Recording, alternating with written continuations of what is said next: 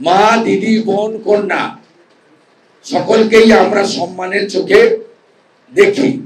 তিনি সামগ্রিকভাবে যে কথা বলেছেন, এ কথা বলার পরে তাকে পুলিশের পাইলট কার দিয়ে রাজার আলে কলকাতায় আনা, ওর বাড়ির সামনে আমরা নারী সম্মান যাত্রা করেছি, গোটা বোলপুর শহর রাস্তায় নেমে ধিক্কার জানিয়েছে, ভয় ভীতি কাটিয়ে উঠে।